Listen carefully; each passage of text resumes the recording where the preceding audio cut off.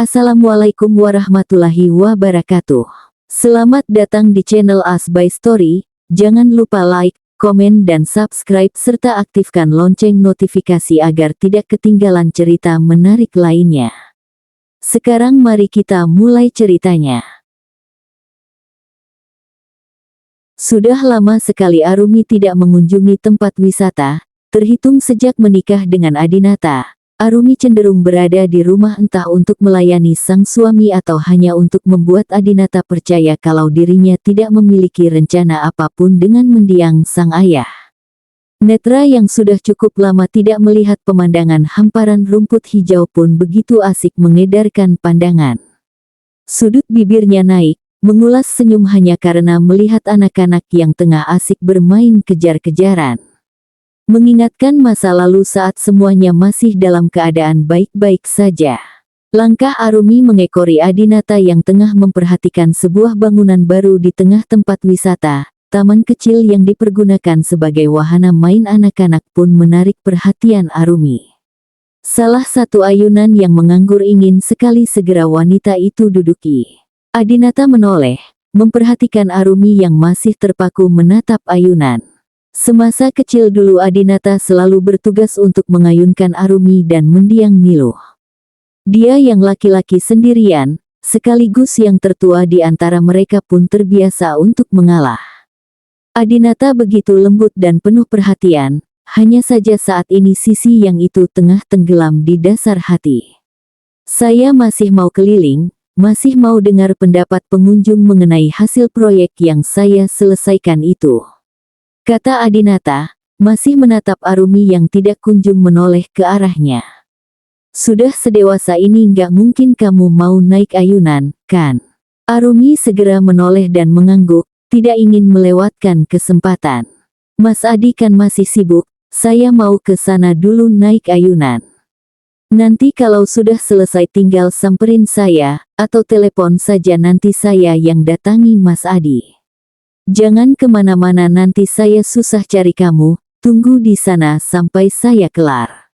Arumi bergumam dan segera melangkah menjauh, meninggalkan Adinata yang bahkan belum selesai memberi nasihat kepadanya.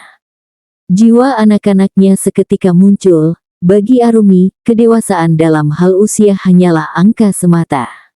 Wanita itu masih menyukai hal-hal yang dianggap kekanakan. Dari tempatnya, Arumi memperhatikan Adinata di kejauhan. Kedua kakinya mendorong rerumputan agar tubuhnya mulai terayun dengan tenang.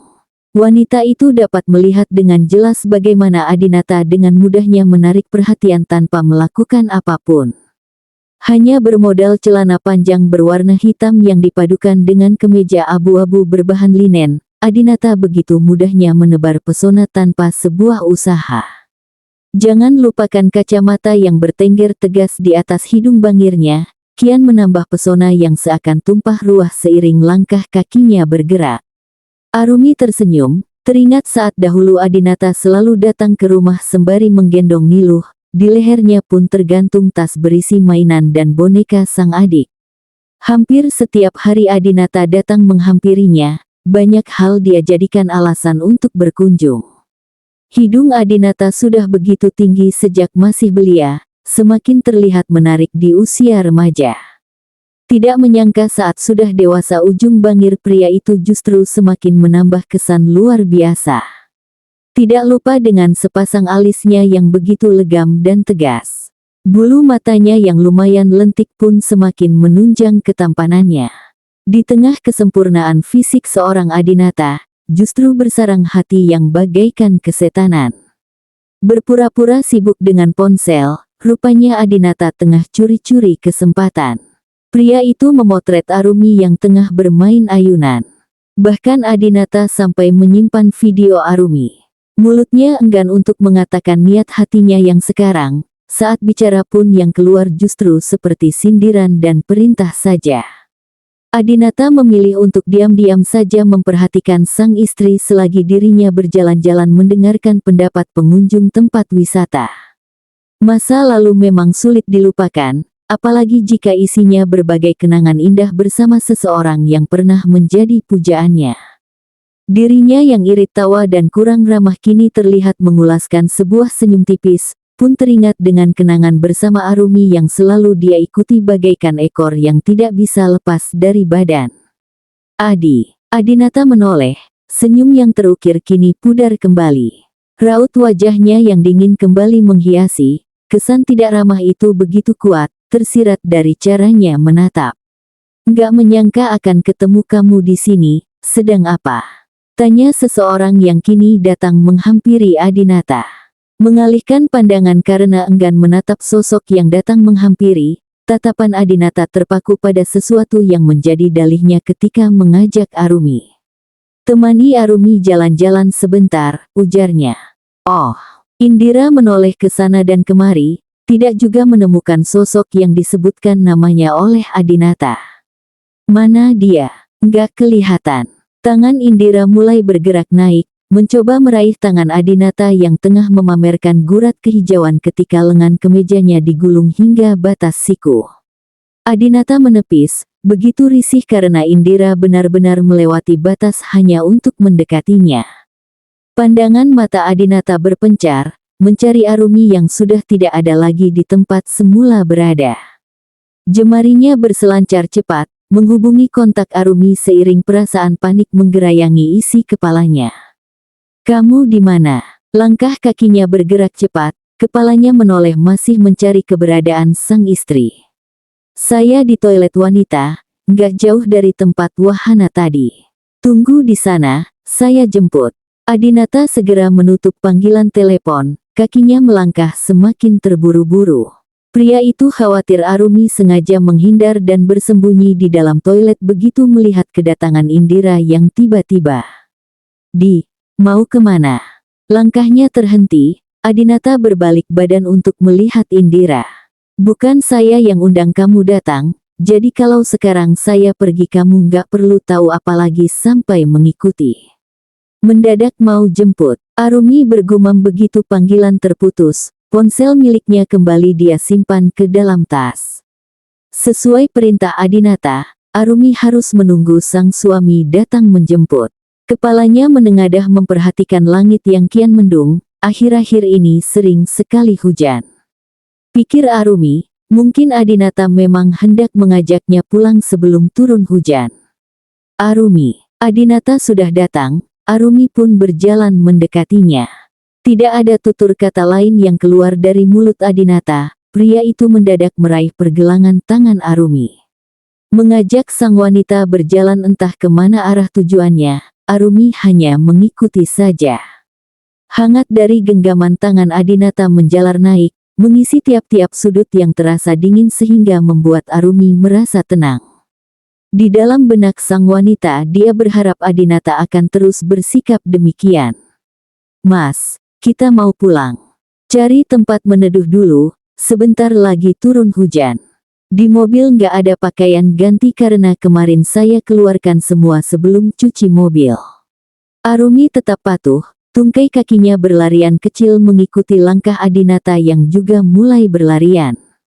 Sudut bibir Arumi kembali naik, manik matanya berbinar-binar memperhatikan bahu Adinata yang begitu lebar. Meneduh dulu. Ke tempat parkir pun justru buat kita tambah kehujanan. Adinata berujar sembari mengusap kepala Arumi yang menggenang air hujan. Sikap yang dia berikan kepada Arumi adalah sebuah impulsif di tengah sibuknya isi kepala mengingat masa lalu. Mas, muka kamu memang benar ternyata iya, celetuk Arumi, memandangi wajah Adinata yang masih berdiri di hadapannya. Alis Adinata bertaut, keningnya mengerut halus. Muka saya kenapa memangnya? Dulu saya pernah dengar kalau raut muka kamu itu seperti orang yang nafsuan. Sepasang mata Arumi mengerjap, begitu tenangnya berujar hal demikian. Sangean, kata orang-orang. Adinata berdehem, berdiri di sebelah Arumi sembari menyilangkan kedua tangan di depan dada. Dari topik yang dibahas sang istri, Adinata menyimpulkan kalau Arumi tidak sempat melihat dirinya yang didatangi Indira. Memang saya sangean. Timpal Adinata, tidak mempermasalahkan sesuatu yang juga pernah dia dengar dari rekan kerjanya. Pantesan, kali ini Adinata menoleh, memperhatikan Arumi yang terlihat santai saja usai mengolok dirinya. Tatapannya terpaku pada hidung Arumi, terlihat begitu tinggi saat dilihat dari posisinya berdiri sekarang. Menurut kamu kenapa saya disebut nafsuan begitu? Arumi mendongak, tatapan mereka beradu. Alis kamu, mungkin. Kenapa sama alis saya? Cecar Adi. Alis kamu hitam dan tegas, bentuknya juga rapi. Adinata justru menggeleng, tersenyum santai mendengarkan penuturan sang istri. Alis saya bukan patokan kalau saya itu nafsuan. Lalu kalau ada orang lain yang punya alis seperti saya, langsung dituduh orang yang gampang nafsuan juga. Orang nafsuan berdasarkan dari diri orang itu sendiri, bukan berdasarkan alis ataupun raut wajah. Jatuhnya malah berburuk sangka, mengerti? Iya. Adinata melirik kembali. Kamu kedinginan. Arumi menggelengkan kepala, pakaian yang dia kenakan hari ini cukup hangat sehingga dinginnya angin yang berembus di tengah hujan tidak sampai membuatnya kedinginan. Oh iya saya lupa, kamu kan memang kuat sama dingin. Adinata menundukkan kepala, menoleh ke arah Arumi seraya menyeringai tipis. Bahkan di tengah hujan lebat saja masih bisa nikmatin es krim strawberry. Arumi membisu, merasa malu begitu teringat kembali dengan kejadian setelahnya di dalam mobil. Pipinya kembali menghangat, rona merah mulai menghiasi pipi si Puan. Wajahnya berpaling agar tidak dapat dilihat oleh Adinata. Makasih, tutur Adinata. Kepala Arumi kembali terangkat, mendongak menatap sang pria. Makasih buat apa? Kemeja barunya. Sudah saya coba, besok mau saya pakai. Oh, ukurannya pas. Karena saya yang selalu urus semua keperluan Mas Adi, nggak heran kalau saya tahu ukuran pakaian, ukuran celana, ukuran sepatu sampai kaos kaki pun saya tahu. Termasuk ukuran celana dalam. Celetuk sang pria, membisukan Arumi seketika itu. Adinata justru tertawa pelan, sudah lama sekali dia tidak tertawa bersama Arumi hanya karena obrolan sepele. Bahkan ketawa Mas Adi yang sekarang masih terdengar asing. Biasanya aku cuma bisa ingat ketawa Mas Adi semasa dulu, sampai bertanya-tanya apa raut ketawa Mas Adi yang sekarang akan sama seperti saat dulu. Sudah cukup kan lihat hasil proyek sama dengerin pendapat pengunjung. Setelah ini kita langsung pulang, kan? Tanya si Puan. Kamu capek, atau sudah lapar? Kasihan Mbok Nimas sendirian di rumah. Pasti khawatir kalau saya nggak pulang-pulang. Adinata mendengus, agaknya sulit untuk menggeser posisi Mbok Nimas sebagai yang berada di nomor urut 1 di dalam hati dan pikiran Arumi. Semua yang kamu pikirin selalu saja Mbok Nimas. Belum tentu Mbok Nimas khawatir karena kamu nggak pulang-pulang. Cetus Adinata. Mbok Nimas selalu khawatirin saya. Tatapan polos itu, gemas sekali. Saking gemasnya Adinata sampai ingin sekali mencubit kedua pipi Arumi lalu menggigit hidung bangir sang wanita. Kamu kan perginya sama saya, suami kamu. Nggak mungkin Mbok Nimas khawatir. Justru itu, Mbok Nimas semakin khawatir karena saya perginya sama Mas Tengku. Tidak pernah ada yang memanggil dirinya dengan panggilan Tengku, apalagi Astungkara. Hanya Arumi seorang yang sejak kecil memanggilnya dengan sebutan, Mas Tengku. Berdesir hati Adinata, kehangatan menjalar memenuhi tiap-tiap persendian, semakin berkumpul dan bergumul-gumul di dalam perut seakan jutaan kepompong di dalam sana sudah siap untuk meledakkan diri menjadi kupu-kupu. Kedua tangan yang semula menyilang di depan dada perlahan mengurai, membawanya untuk meraih tengkuk dan dagu Arumi agar mendekat. Bibirnya mendarat tepat di atas milik Arumi, terasa dingin namun perlahan semakin menghangat. Dilumatnya perlahan bilah bibir yang masih mengatup, begitu pelan dan lembut seakan tidak ingin meninggalkan kesan mengerikan untuk wanitanya. Salah satu tangannya merayap turun, menarik pinggang Arumi agar semakin merapat. Tubuhnya mendorong si Puan hingga punggung Arumi menabrak tembok yang dingin. Suara lumatan bibirnya menggelitik rungu, menciptakan semburat merah di sepasang daun telinga Arumi. Adinata melakukannya tanpa terburu-buru, Tidak juga menggila seperti saat pertama kali melakukannya kepada Arumi, tidak juga seperti saat berada di dalam mobil manakala rasa manis es krim strawberry mendominasi ciumannya. Arumi terbuai rayu, kepalanya semakin menengadah karena cengkeraman tangan Adinata semakin kuat pada tengkuknya. Kedua tangannya merayap naik, meremas kemeja sang suami untuk mempertahankan keseimbangannya yang semakin tidak terkendali.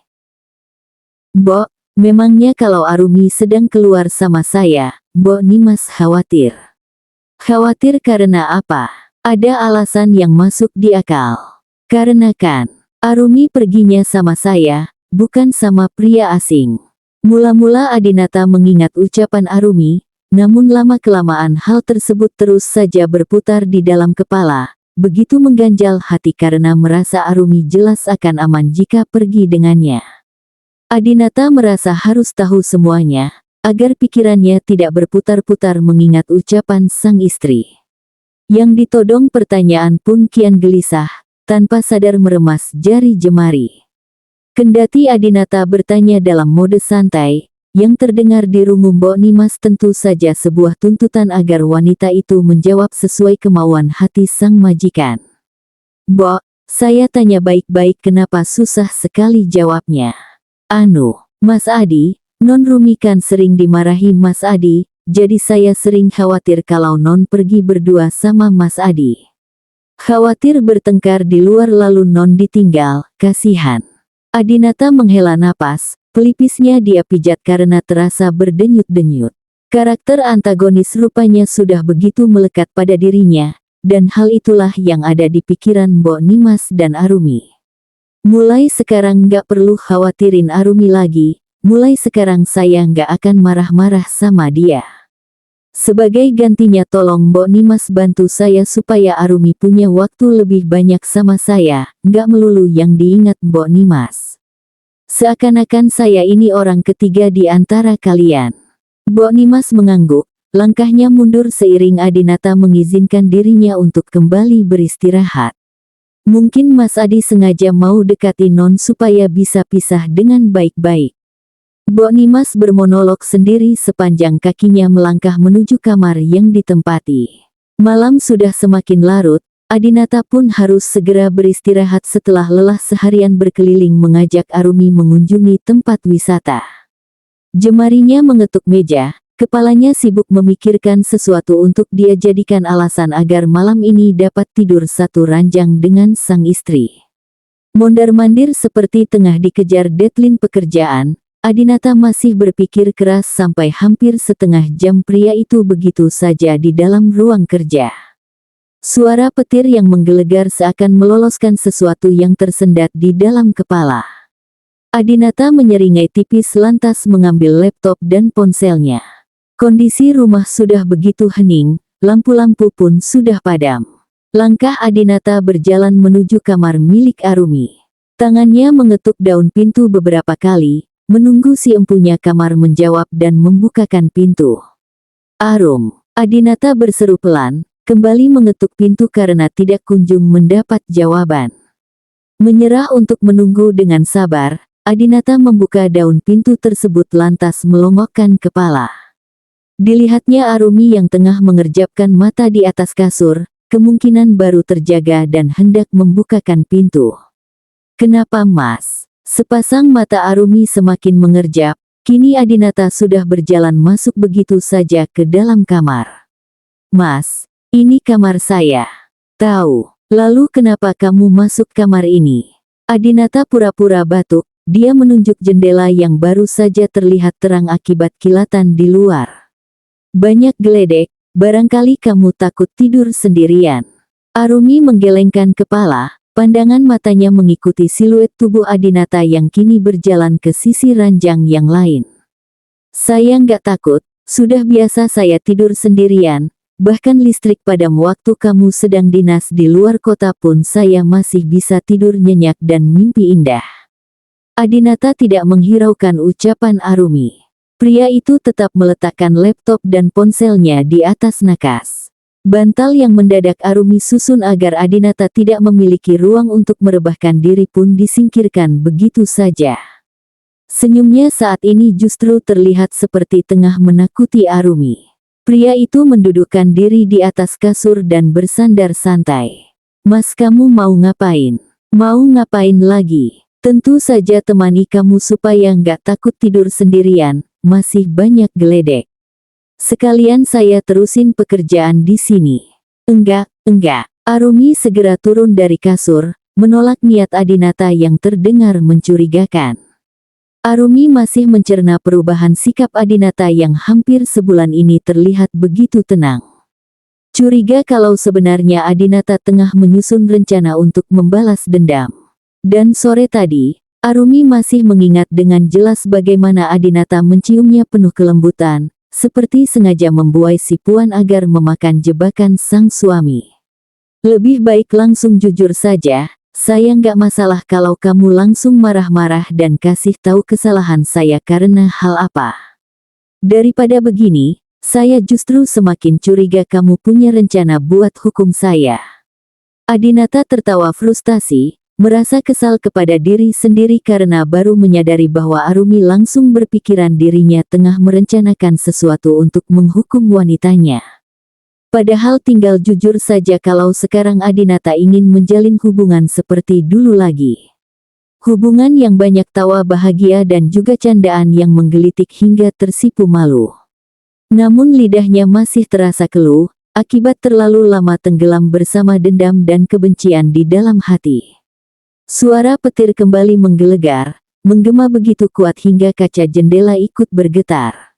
Adinata bangkit kembali. Dia melangkah mendekati Arumi yang masih berdiri di sisi ranjang.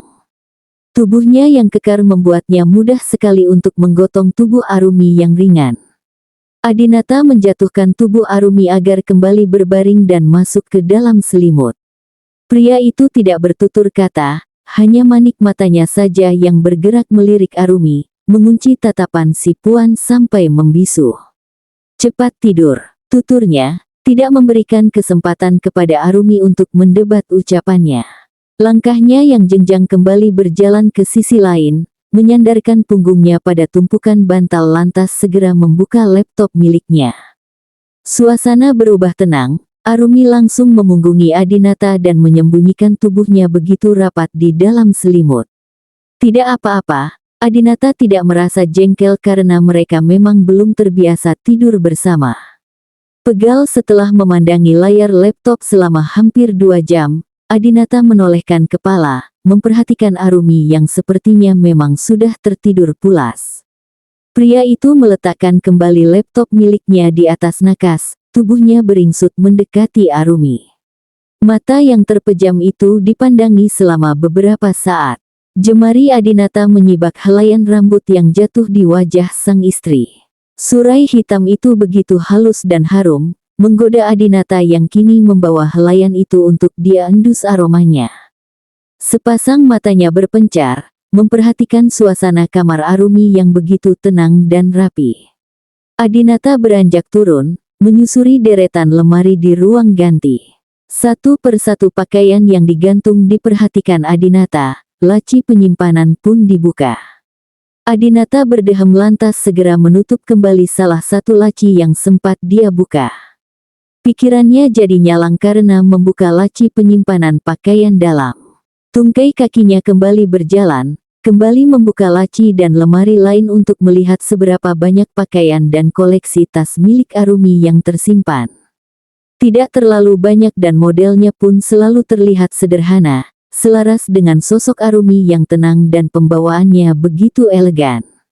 Adinata kembali melihat-lihat, tatapannya berhenti pada kotak berwarna merah yang tersimpan di atas lemari. Adinata mengambilnya. Benda-benda masa lalu tersimpan rapi di dalam sana. Adinata tersenyum, sepucuk surat yang dahulu pernah dia berikan untuk Arumi saat wanita itu hendak melanjutkan pendidikan menengah akhir di luar negeri. Sebuah surat cinta dari Adinata yang mengatakan bahwa dirinya akan menyusul Arumi setelah sukses, dan menjanjikan sebuah reuni keluarga yang nantinya Adinata ingin membicarakan hal serius. Saat itu Adinata sudah berwacana, dia ingin melamar Arumi setelah memiliki pekerjaan yang mapan sembari menunggu Arumi menyelesaikan pendidikannya. Perasaan menggebu dan sedih kala itu kembali dapat Adinata rasakan. Dadanya mendadak sesak, tubuhnya merosot hingga terduduk di dasar. Ada sepucuk surat lain, Adinata mengira surat itu ditulis oleh mendiang Niluh. Membaca baris pertama dalam surat itu, air mata Adinata jatuh. Itu adalah surat balasan dari Arumi yang tidak pernah diberikan kepadanya.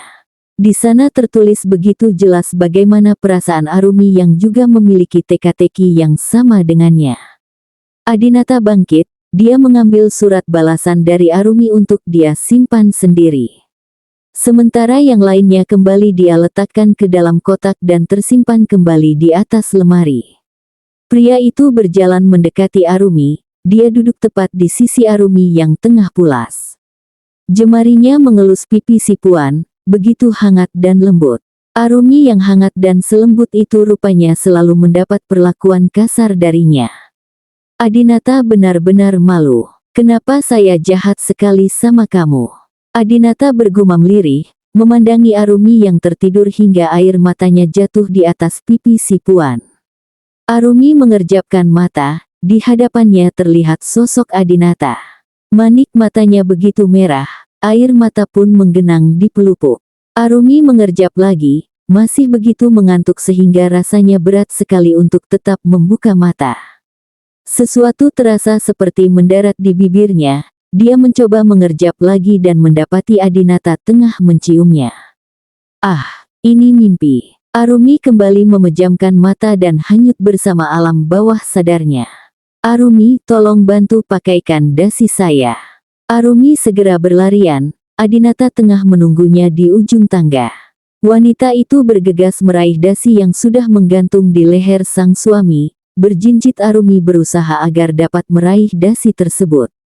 Kedua tangan Adinata meraih bahu Arumi, menggeser posisi si Puan agar Adinata dapat turun satu anak tangga. Sedikit mensejajarkan posisi mereka sehingga Arumi tidak perlu lagi berjinjit. Manik mata Adinata tertuju pada Arumi yang tetap tenang sembari menyimpulkan dasi, deru napas mereka sesekali beradu, saling menerpa wajah manakala berdiri cukup dekat. Degup jantung Arumi berdetak cepat, sebisa mungkin menyembunyikan gugupnya di hadapan Adinata. Aroma wangi yang menguar dari tubuh Adinata begitu Arumi sukai. Sangat lembut namun meninggalkan kesan yang maskulin, sangat cocok dengan pembawaan karakter seorang Tengku Astungkara Adinata. Sewaktu kamu pergi ke luar negeri, ada surat yang saya kasih buat kamu. Kenapa nggak pernah kamu balas? Arumi menarik tatapan, terkejut mendengar ucapan Adinata. Atau suratnya langsung kamu buang? Saya baca kok, tapi lupa setelahnya saya simpan di mana. Bohongnya.